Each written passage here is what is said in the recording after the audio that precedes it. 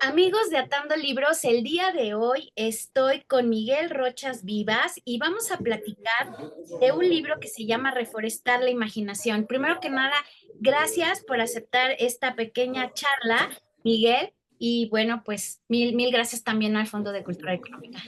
Gracias a ti, Bienvenido. Angélica. Un gran gusto conversar con ustedes. Y bueno, pues primero quisiera yo empezar con esta cuestión de este libro, me parece es un compendio, yo así lo veo, un Sí. compendio de cosas que nos están importando muchísimo y que estos últimos 3, 4 días vienen mucho a cuento por esta cuestión de los huracanes, ¿no? Esta cuestión del cambio climático, que ya no es una teoría, como decía Donald Trump, conspirativa, sino ya es una cruda realidad que estamos sufriendo ya cada vez los embates de la naturaleza de mayor envergadura y que traen amarrados otras situaciones que hemos dejado de ver. Y a mí lo que me llamó la atención de tu libro en primera instancia es esta parte que tú vas aportándonos datos a través de todos los capítulos para que vayamos entendiendo primero cómo se genera a partir del bosque toda esta situación de cambio, de esta no convivencia que hemos ido perdiendo de relación hombre, naturaleza, pero me interesó mucho la parte energética, holística. ¿Cómo llega a ti este tema y cómo le haces para irlo bajando de tal manera que nos vayas llevando de la mano?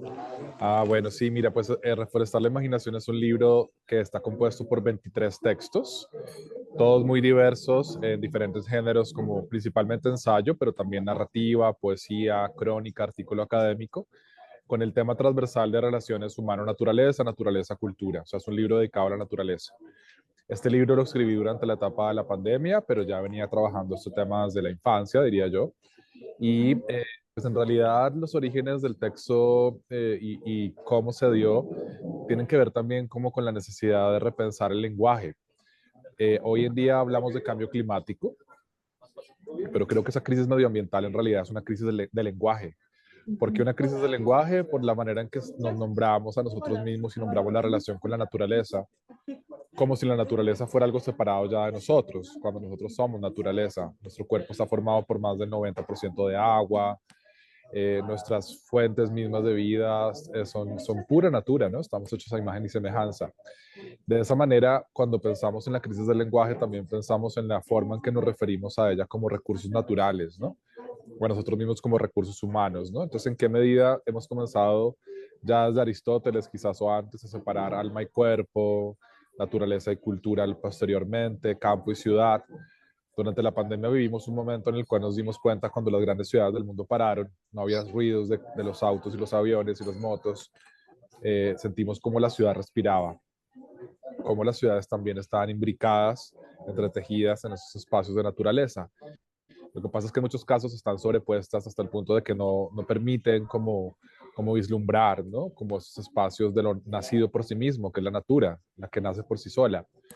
De alguna manera los seres humanos siempre hemos intervenido y quizás la cultura sea justamente esa intervención nuestra sobre la naturaleza y sobre el lenguaje en sí mismo, ¿no? Entonces pensar un lenguaje desde la poesía, de la prosa, desde la contemplación y la observación científica que nos permita también ponernos en el lugar de ser observados. El libro surge justamente, o el primer texto en realidad, porque el libro surge en muchos momentos, de una experiencia que tuve mientras escribía un libro doctoral en Estados Unidos, en un bosque de Carolina del Norte, y pues yo sentía durante ese periodo que vivía en ese bosque que los animales los observaban con mucho detenimiento.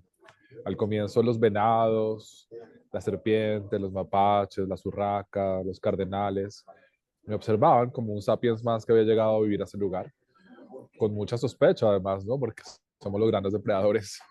Pero con Ujú. el paso de los años y cuando tú muestras respeto, cuando tú eres una persona que vive y convive, pues los animales van encontrando como una relación también de confianza con nosotros. Y esa relación, esa recuperación de la relación de confianza, de los vínculos más estrechos con las plantas, los animales, las que me interesan para pensar esta crisis climática.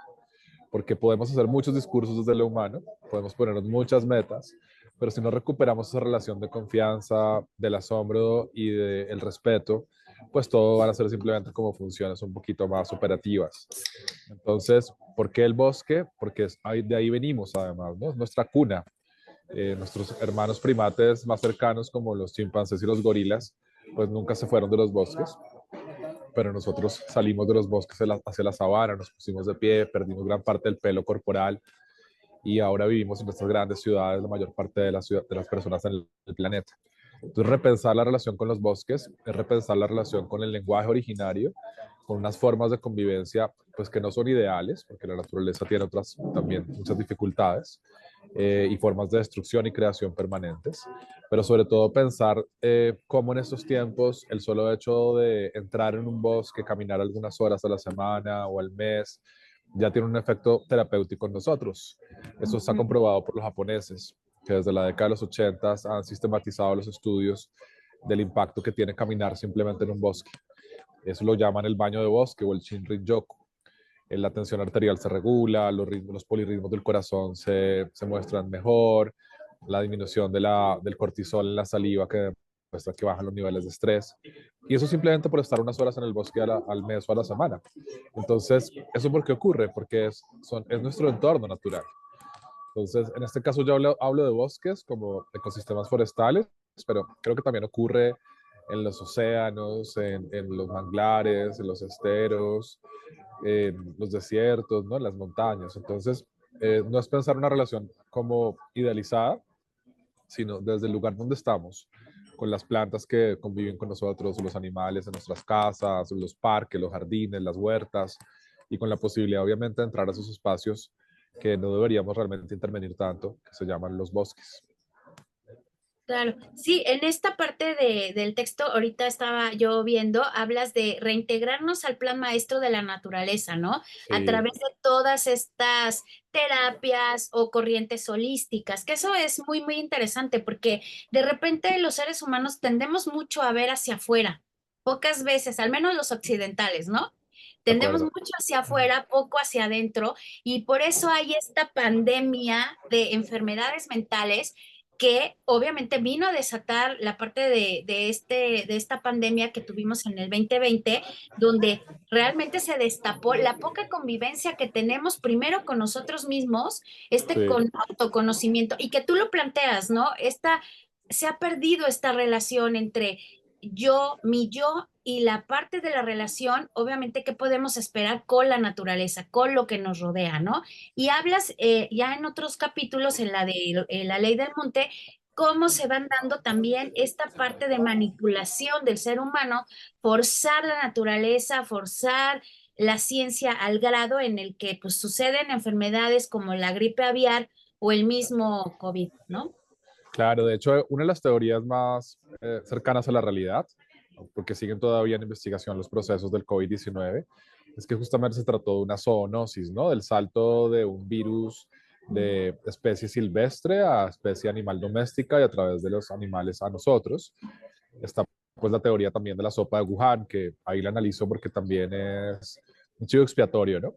Pero sin duda lo que sabemos, y he hablado con muchos biólogos en los últimos años, es que los virus son más numerosos incluso que las bacterias y que los virus cumplen una función también reguladora ecosistémica en el planeta.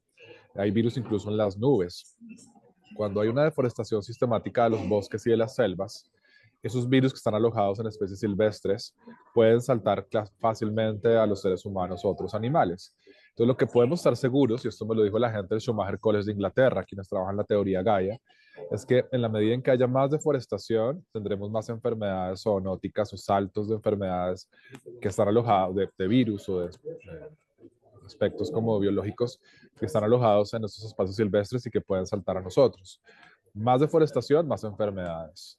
Entonces, cuando hablamos de reforestar la imaginación, por un lado hablamos de la recuperación y la conservación real de los bosques y de los ecosistemas naturales, pero por otro lado hablamos del mantener y recuperar esas historias y vínculos nuestros con la tierra. Porque pongamos un ejemplo muy sencillo, los cuentos de los hermanos Grimm. Ujú. Sí, los niños de Hansel y Gretel, por ejemplo, ellos se pierden en los bosques, atraviesan estas pruebas en los bosques con la señora que los capta en una casa de dulces y luego salen de los bosques renovados a la vida adulta. En casi todas las mitologías del mundo, incluyendo las latinoamericanas, las mexicanas, las indígenas, los bosques y las montañas son lugares de iniciación.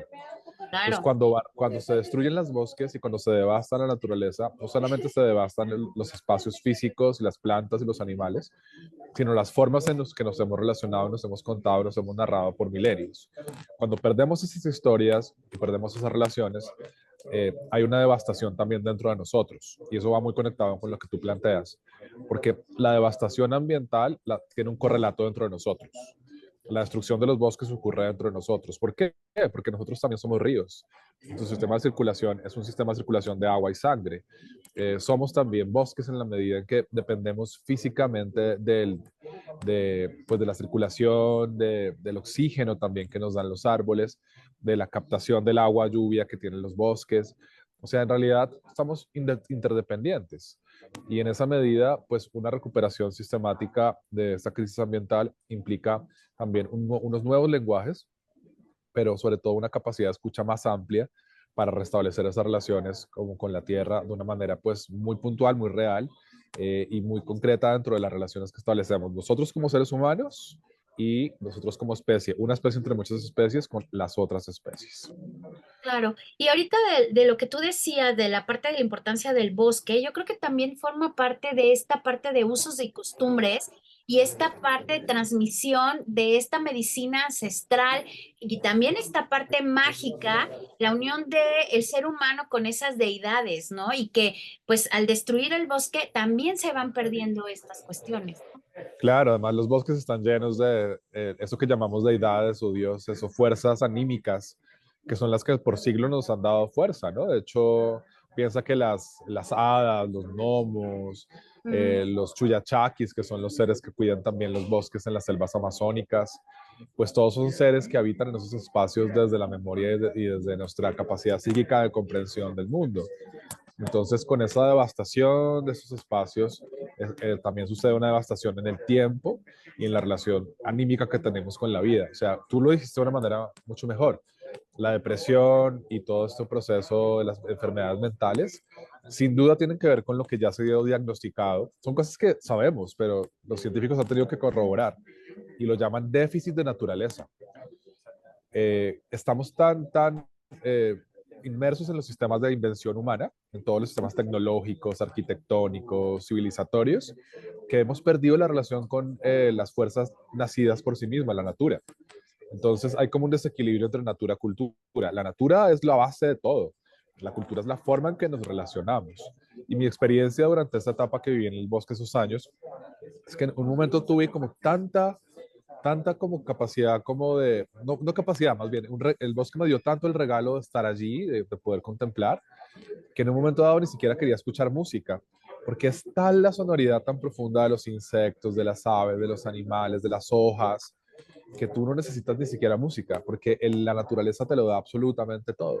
Y ahora que estamos en la Feria del Zócalo, pues estos millones de libros, son libros claro. cuyas hojas vienen también de los árboles, todo viene de los bosques, incluso los bosques submarinos.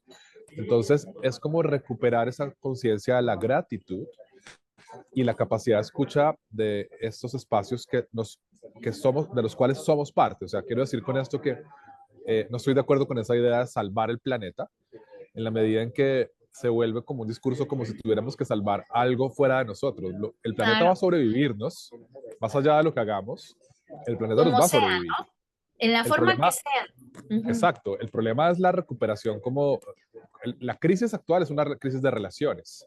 Si Ujú. nosotros no recuperamos o no restablecemos, no rearmonizamos las relaciones entre nosotros y con esa madre naturaleza, pues entonces la crisis va a ser cada vez más profunda, porque si hay exceso de extractivismo, lo que llaman antropoceno, la magnificación de las fuerzas extractivas de los seres humanos en el planeta, es porque también hemos desespiritualizado la naturaleza. Pero de momento que comenzamos a respetar mucho más, pues tenemos que también medir nuestras fuerzas de avance como especie en el planeta.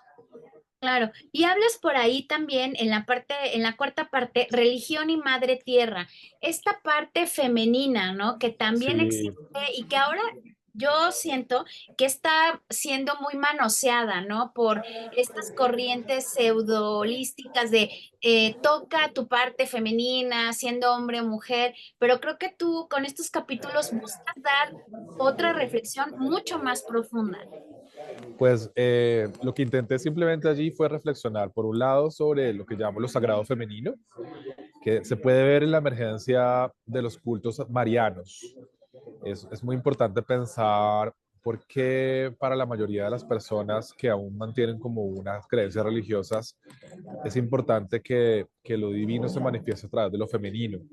Entonces, analizo ahí las apariciones marianas, desde Fátima hasta algunas que han sucedido en Colombia en la década de los 90, y me pongo a pensar un poco la relación que tiene la manifestación de lo divino a través de la madre de la Virgen en muchos casos, con los cultos que surgen con la tierra, porque por ejemplo allí en el Rosal de la Virgen María, que es un lugar de peregrinación desde la década de los 90, cerca de Bogotá, en Facatativá, eh, lo que ocurre allí es no solamente la manifestación de la Virgen Madre, pues que tiene obviamente muchas aristas y también uno podría pensarlos de muchos lugares, sino justamente un culto o un lugar de oración en mitad de la montaña y una construcción de un jardín al aire libre, que de hecho fue el único lugar donde durante la etapa de la pandemia ya en recuperación, donde la iglesia permitía tener Eucaristías porque era al aire libre. Ujú. Entonces, esa recuperación de las cuevas, de las montañas, de los bosques, de las fuentes de agua, pensemos también en los lugares de peregrinación en Europa, que son fuentes de agua, ¿no? Donde aparece supuestamente la Virgen. Entonces, esa relación con los espacios sagrados de la tierra, asociados con lo femenino, son parte de una emergencia también, de unas formas como que estaban como reprimidas de la relación con la naturaleza, que en este caso se manifiestan en aspectos de lo religioso. Pero también uno lo puede ver en la India, ¿no? Lo puede ver en Japón. Yo analizo también los jardines Zen, cómo hay una relación también en lo religioso con la naturaleza, ¿no? Una relación contemplativa con el agua, con los árboles, cómo la meditación y la oración son impensables sin esta relación armónica y respetuosa con las formas de la vida que llamamos naturaleza. Claro. Y fíjate que, digo, eres colombiano, ¿no? Sí, soy de Bogotá. Sí, y me llama muchísimo la atención la manera en la que ustedes, a nivel general, tienen una manera de ver en su gran mayoría el catolicismo. Ustedes realmente sí son practicantes, ¿no? Y eso a mí me admira muchísimo porque si bien nosotros también compartimos en su gran mayoría la religión católica, nosotros somos profesantes, pero no, o sea, somos creyentes, pero no profesantes. Me admira mucho porque en lo que me hablas ahorita, se nota esta relación realmente real con esa deidad. Creas en lo que creas, pero creo que en su gran mayoría la parte católica en Colombia sí es una población que sí practica en el acto su religión. Y eso creo que también se puede ver en estos capítulos que Bueno, mencionas, ¿no? sí, hay de todo. Yo creo que es un poco también como México, que de hecho hay todo el mundo mucha parte de la población se declara como católica, pero no todo el mundo realmente es practicante en realidad. Eso Ujú, pues ocurre en todo lado, porque es parte más como de nuestra idiosincrasia, ¿no? Junto con el claro. castellano, ¿no? Pero lo que yo sí noto en la emergencia de los cultos marianos es como una reemergencia de unas formas de oración y de relacionamiento, de religar, ¿no? Que viene en la palabra religión con la tierra a través de la presencia de lo femenino. Y eso me parece un fenómeno muy, muy interesante, muy importante de ser observado, pero al tiempo durante esa reflexión de la parte religiosa, que a veces está como vetada también en el espacio de lo académico, ¿no? Porque es como, sí, es como algo como un poco como pensado como que ya quedó atrás, pero yo me puse a analizar también la encíclica Laudato Si del Papa Francisco, como ese giro que da también la Iglesia Católica a pensar la relación con la tierra. Me interesó mucho como analizar esa encíclica y también tuve la fortuna, Angélica, de conversar hace unos años con el poeta que yo más admiraba, que es Ernesto Cardenal, el poeta nicaragüense. Lo visité en su casa en Managua unos años antes de morir y yo estaba muy interesado también en su poesía, como él como teólogo de la liberación, como sacerdote, ¿no? En esa época todavía no se había reconciliado, o no, por su crítica obviamente a la iglesia y la Claro. crítica que le hicieron a su vez, pero también me interesa mucho como esas corrientes de lo religioso, como las místicas, que Ujú. piensan la relación con la naturaleza de una manera más directa y que pueden también practicar sus formas de comprensión siempre con un respeto a la naturaleza. Entonces, por eso también apareció el tema de la religión en el libro.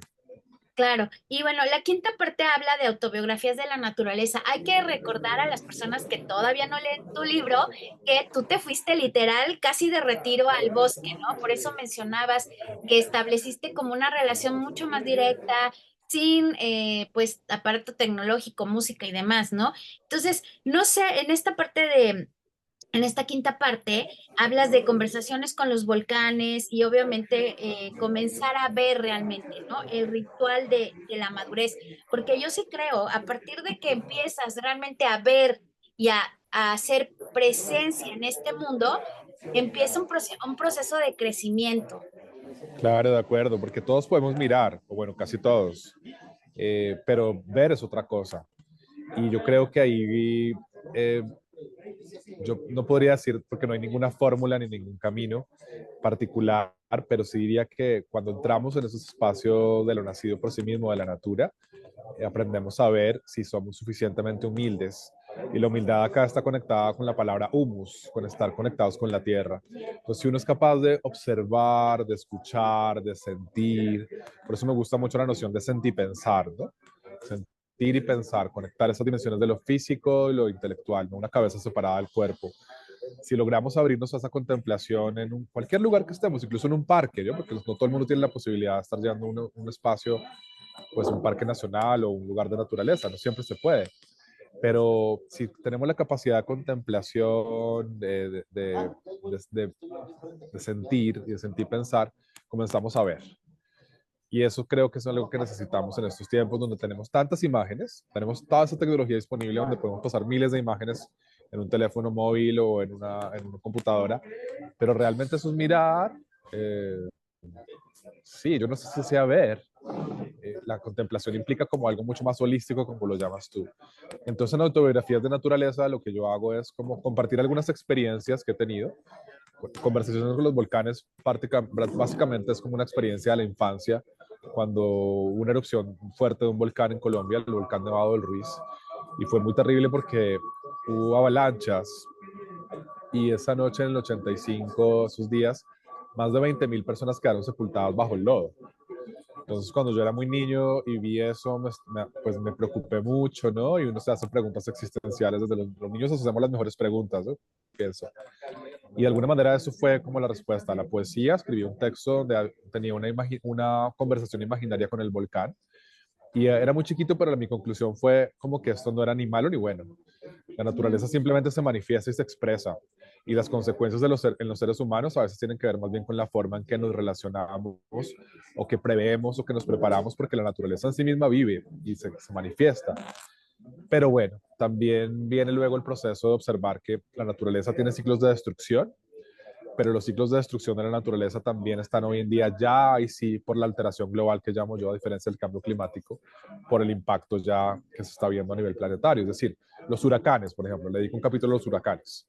Los huracanes del Caribe en los años 80, en los relatos que analizo ahí, eran parte de la vida de las islas, en Providencia y en San Andrés, en el Caribe colombiano.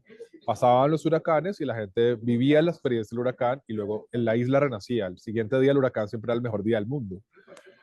Pero en el 2019, antes de la pandemia, pasó un huracán que nunca había pasado, ya debido al cambio climático y la alteración global, que arrasó el 98% de la estructura física de la isla de Providencia. Y cuando tú analizas los relatos de los 80s y los relatos del 2019, te das cuenta que los ciclos de destrucción y creación de la naturaleza están alterados. Entonces, la destrucción misma está alterada. Ya no hay renovación necesariamente, sino destrucción. Entonces, lo que estamos viendo ahora con los huracanes y algunos fenómenos es que siempre han pasado por el Caribe. El problema es que con las condiciones actuales climáticas están fuera de control, pues, mucho más impredecibles y mucho más destructivos. Y eso hay que observarlo muy bien, hay que prepararnos muy bien, y también son llamados de atención sin duda de qué está ocurriendo y qué estamos haciendo, y a qué velocidad estamos haciendo los cambios que tenemos que hacer para evitar que nuestro impacto como antropocénico siga siendo destructivo con el planeta. Entonces allí, lo que tú mencionabas al principio, es importante reconectarnos con el plan maestro de la naturaleza. Eso lo plantea el filósofo chileno Gastón Sublet. ¿Cuál es el plan maestro de la naturaleza? Yo creo que ahí sí lo dejo abierto a los lectores y a la audiencia, porque no quiero decirlo desde un lugar. Pero creo que si algo tenemos en común es que hay ciclos de naturaleza. Hay ciclos en nuestros cuerpos, hay ciclos en la naturaleza, y si vivimos conectados solamente con los ciclos que nos inventamos nosotros como seres humanos, pues tenemos unas consecuencias y unas formas de vida muy particulares. Pero si nos conectamos con las formas de ciclos de agua, de viento, de fuego, de aire, comemos estacionalmente, conectamos mucho más entre nosotros a partir de lo que es posible conectar en el tiempo que nos da la naturaleza, pues creo que ahí entramos como en una dimensión cíclica que es importante no seguir alterando, sino más bien como armonizando con. Claro, y hay una frase que me gustó mucho y viene a cuento: cada bosque es un universo interconectado por hongos, rizomas, esporas, virus y bacterias, ¿no? Sí, Entonces, esa frase creo que ejemplifica muy bien todo lo que nos estás comentando. Y bueno, ya por último, vemos en el libro que hay algunas fotos. ¿Quién es el autor de estas fotos? Porque son maravillosas. Hay una que trae el rocío congelado, ¿no? Y cómo sí, con estas partes geométricas, ¿no? Que al final se basan en teorías, por ejemplo, de fractales, ¿no? Todo actuales, sí. en el universo es matemática, diría mi padre. ¿Quién fue el autor de las fotos? Yo también las tomé, esas fotografías son Ah, mías, sí, perfecto. son parte como de la propuesta estética y de contemplación del libro. Entonces, pues tuve la fortuna de poder publicar las fotografías. Y bueno, sí, qué lindo que me lo menciones porque es la primera vez que lo hablamos con alguien y tiene que ver como con esa propuesta de combinar poesía, narrativa, ensayo y fotografía. Claro, y juegas mucho con la manera editorial de la poesía, porque hay algunos poemitas por ahí insertos que Sí, también traen así como si se estuvieran cayendo, como hojas. Eso también me exacto. gustó muchísimo. Y bueno, ya casi llegamos al final de esta charla y quisiera preguntarte, ¿qué quieres que el lector se lleve de tu libro? Bueno, yo quiero que si algo quisiera que se llevara al lector es su propia capacidad de conectar con la naturaleza. Bien sea en un parque, en una planta en su casa, el animalito que cuida y que acompaña, o en la posibilidad de caminar en una playa, o en un bosque, o en una montaña. Yo confío plenamente en lo humano y confío plenamente en la capacidad contemplativa y reintegrativa de lo humano. Mi visión es una visión esperanzada, pero también con los pies en la tierra. Entonces, si ponemos los pies en la tierra y os sabemos mirar, creo que las soluciones van a estar a nuestro alcance. Perfecto. Y bueno, este es el libro. Te quiero agradecer tremendamente, Miguel Rocha, que te hayas dado el tiempo para platicar con nosotros. Y por último, ¿cuándo te vas a presentar? ¿A qué hora? Y danos todos los datos. Claro, muchas gracias, Angélica. Pues anoche presentamos en la UNAM, acá en Ciudad de México. Hoy a las 4 de la tarde vamos a presentar una conferencia mixta entre escrituras indígenas actuales, que es lo que yo trabajo, junto con Reforestar y Textilos, que es el otro libro que salió del Perú, a las 4 de la tarde en la Feria del Libro de la Universidad Autónoma de Chapingo en Texcoco. Es un espacio abierto. El día domingo a las 3:30 de la tarde en el Foro Carrillo Puerto de la Feria del Zócalo se estará presentando el libro Reforestar la Imaginación en compañía de la crítica literaria Luz María Lepe de Querétaro y la editora del libro acá, Teresa del Fondo de Cultura Económica. Así que los esperamos y espero que también puedan acceder al libro que además me encanta, que es una edición económica realmente y es accesible entonces así a las personas que quieran realmente leerlo en físico. Claro, y nos puedes dar tus redes sociales por si alguien te quiere contactar. Bueno, yo soy muy poco de redes sociales, pero les puedo dar mi correo electrónico. Sé que hoy en día eso es un poco obsoleto, pero no uso Twitter ni esas otras redes. Mi correo es miguel.rocha@javeriana.edu.co, De la Universidad Javeriana. de la Universidad Javeriana de Colombia. Soy actualmente el director del Departamento de Literatura. Perfecto. Pues te queremos agradecer nuevamente, Miguel Rocha, y obviamente al Fondo de Cultura Económica. Esperamos pues verte pronto. ¿Traes algún proyecto ahí cocinándolo que no Sí, nos puedas varios. mencionar? ¿Varios? Claro, varios. Terminé una novela y estoy en corrección. Lo que pasa es que yo soy un poco como las tortugas. Prefiero que las cosas sean muy lentas. Claro. Estoy corrigiendo. Es una novela de viajes por América del Sur. Es una historia de amor. que tiene que ver también como con la necesidad del viaje en la adolescencia, que me encanta ese tema y que he viajado también mucho por México, he tenido la fortuna de viajar, de eso hace 20 años estuve viajando largo por acá y presenté mi primer libro fuera de Colombia hace 20 años justamente en Chapingo, lo que llaman los mayas un catún, 20 años. Ay, Estoy también en una segunda parte de Reforestar la Imaginación, que es un libro donde también hay como unas apuestas para el pensamiento asiático, conectando un poco con la filosofía oriental, la filosofía indígena, latinoamericana. Está también este libro en camino. Y acaba de salir mi nuevo libro simultáneo de Reforestar, que se llama Textilos. Son ensayos experimentales dedicados a las mujeres en el arte, las mujeres artistas en Irán, en Marruecos, en México, en los Estados Unidos, en África. Es un libro donde reflexiono con el papel tan importante que tiene hoy en día y que siempre ha tenido y debe tener la mujer en el arte. perfecto. Bueno, pues Miguel Rocha, mucho éxito en las presentaciones que vas a tener, mucha suerte en la FIL del Zócalo y bueno, pues te quiero agradecer el tiempo de esta charla. Muchas gracias, Angélica. Espero que nos podamos encontrar personalmente y bueno, espero que también nos podamos ver quienes quieran venir a las presentaciones. Claro. Y bueno, les recuerdo que esto es gracias al Fondo de Cultura Económica. Recuerden que van a poder ver esta entrevista de manera completa en nuestro canal de YouTube y extractos en todas nuestras redes sociales, Instagram, TikTok, Facebook y Kawaii. Y bueno, recuerden, dale like, comenta y comparte y viaja atando libros. Muchísimas gracias.